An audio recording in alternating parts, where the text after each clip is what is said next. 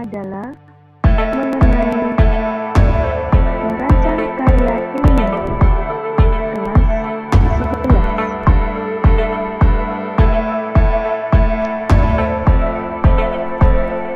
Apa karya ilmiah itu? Karya ilmiah atau tulisan ilmiah adalah tulisan yang berisi tentang fenomena atau peristiwa yang ditulis berdasarkan kenyataan atau bukan fiksi. Misalnya, tulisan tentang ilmu pengetahuan, alam sekitar, teknologi, seni yang diperoleh melalui studi perpustakaan, penelitian, atau pengalaman di lapangan dan pengetahuan orang lain sekitar.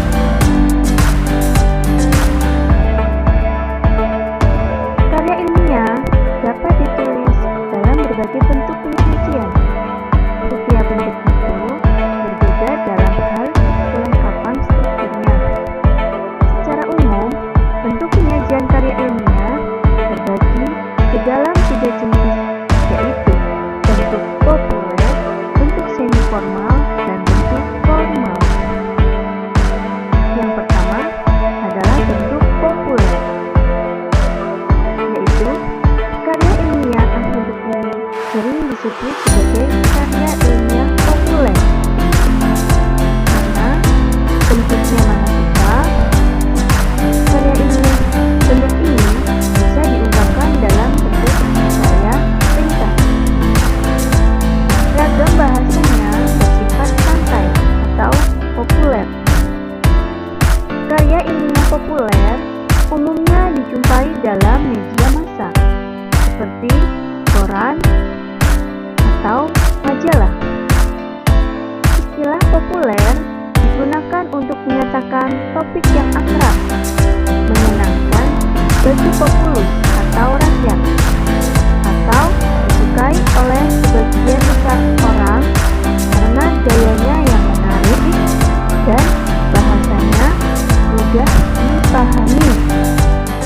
Kalimat-kalimatnya sederhana, lancar, namun tidak berupa senda gurau dan tidak pula bersifat fantasi.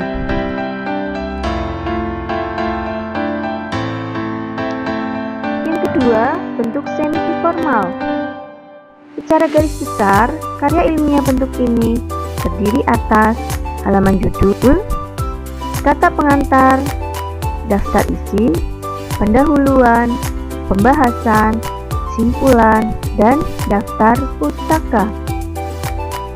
Bentuk karya ilmiah semacam itu umumnya digunakan dalam berbagai jenis laporan biasa dan makalah.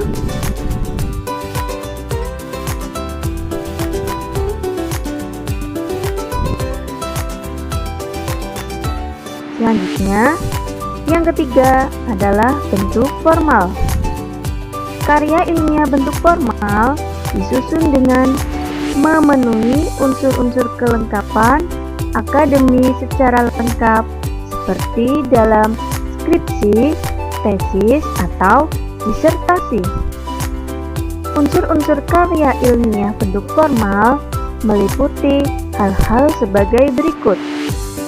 Yang pertama, judul, tim pembimbing, kata pengantar, abstrak, daftar isi, bab pendahuluan, bab telaah kepustakaan atau kerangka teoretis, bab metode penelitian, bab pembahasan, hasil penelitian, bab kesimpulan dan rekomendasi, daftar pustaka, lampiran-lampiran, dan yang terakhir adalah riwayat hidup. Selanjutnya, bagan bentuk-bentuk penyajian karya ilmiah jika digambarkan seperti ini.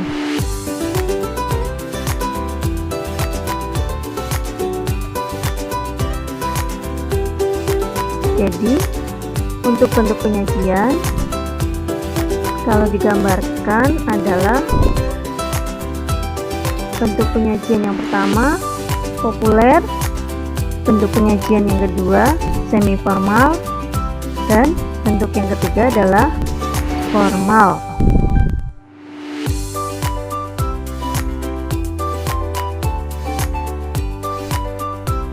Beberapa bagian penting dari struktur karya ilmiah atau sistematika dapat diuraikan sebagai berikut.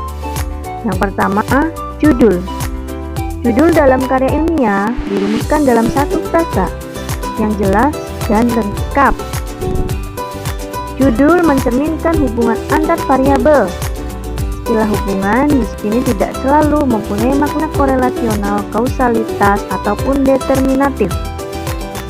Judul juga mencerminkan dan konsistensi dengan ruang lingkup penelitian, tujuan penelitian, subjek penelitian, dan metode penelitian. Selanjutnya adalah contoh dari penulisan judul yang benar. Di sini Ibu sediakan contoh aktivitas pergaulan dan prestasi belajar siswa. Studi deskriptif tentang kecerdasan emosi dan intelektual siswa SMA Lab School UPI Bandung. Coba perhatikan, ini adalah contoh penulisan judul yang benar. Dari contoh judul di atas dapat diketahui bahwa masalah yang diteliti adalah aktivitas pergaulan dan prestasi belajar siswa.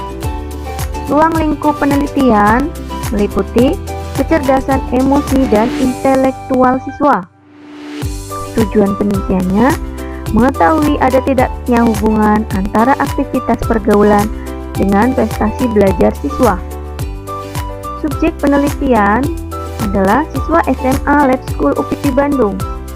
Metode penelitian yang digunakan adalah deskriptif komparatif. Jadi, dapat disimpulkan bahwa penulisan judul karya ilmiah dapat dilakukan dengan dua cara. Cara yang pertama adalah dengan menggunakan huruf kapital semua kecuali pada anak judulnya.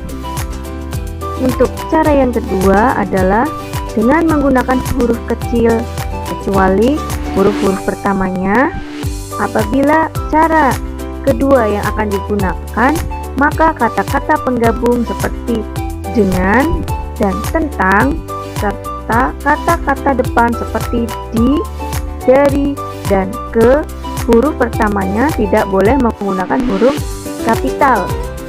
Di akhir judul tidak boleh menggunakan tanda baca apapun, termasuk titik ataupun koma.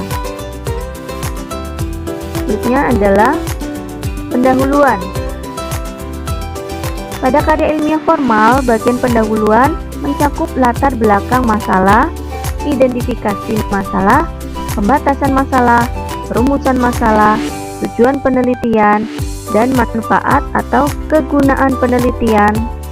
Selain itu, dapat pula dilengkapi dengan definisi operasional dan sistematika penulisan. Untuk penjelasannya bisa kalian baca di buku Pelajaran Bahasa Indonesia kelas 11. Ketiga adalah kerangka teoritis. Kerangka teoritis disebut juga kajian pustaka atau teori landasan. Tercakup pula di dalam bagian ini adalah kerangka pemikiran dan hipotesis. Yang keempat ada metodologi penelitian. Dalam karya tulis yang merupakan hasil penelitian, perlu dicantumkan pula bagian yang disebut dengan metode penelitian. Metode-metode penelitian yang dimaksud adalah yang pertama, metode deskriptif, metode eksperimen, dan metode penelitian kelas. Silakan penjelasannya nanti bisa kalian baca di buku pelajaran Bahasa Indonesia. Adalah pembahasan. Bagian ini berisi paparan tentang isi pokok karya ilmiah terkait dengan rumusan masalah atau tujuan penulisan yang dikemukakan pada bab pendahuluan.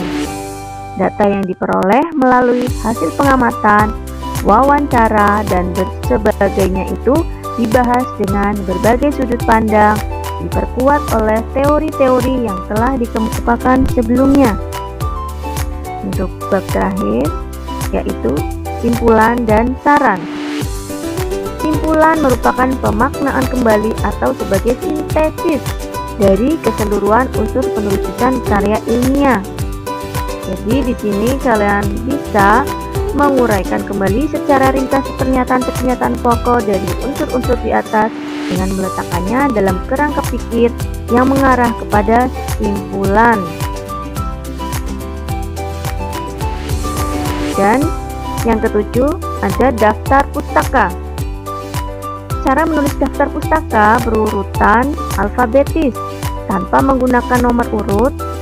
Sumber tertulis atau tercetak yang memerlukan banyak tempat lebih dari satu baris ditulis dengan jarak satu spasi. Sedangkan jarak antara sumber yang satu dengan yang lainnya adalah 2 spasi.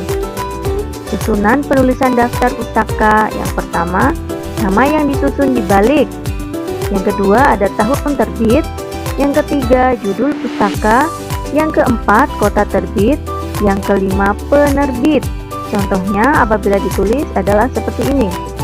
Contoh JS Badudu, karena susunan namanya dibalik menjadi Badudu, J titik S titik. Kemudian ada tahun terbit. Di sini adalah tahun 1992. Titik. Kemudian yang ketiga ada judul pustaka. Di sini judulnya adalah Cakrawala Bahasa Indonesia 2. Titik. Selanjutnya ada kota terbit. Di sini adalah kota Jakarta. Titik 2. Penerbitnya adalah Gramedia dan jangan lupa ada tanda titik. Nah, itulah untuk yang terakhir, Ibu akhiri. Wassalamualaikum warahmatullahi wabarakatuh.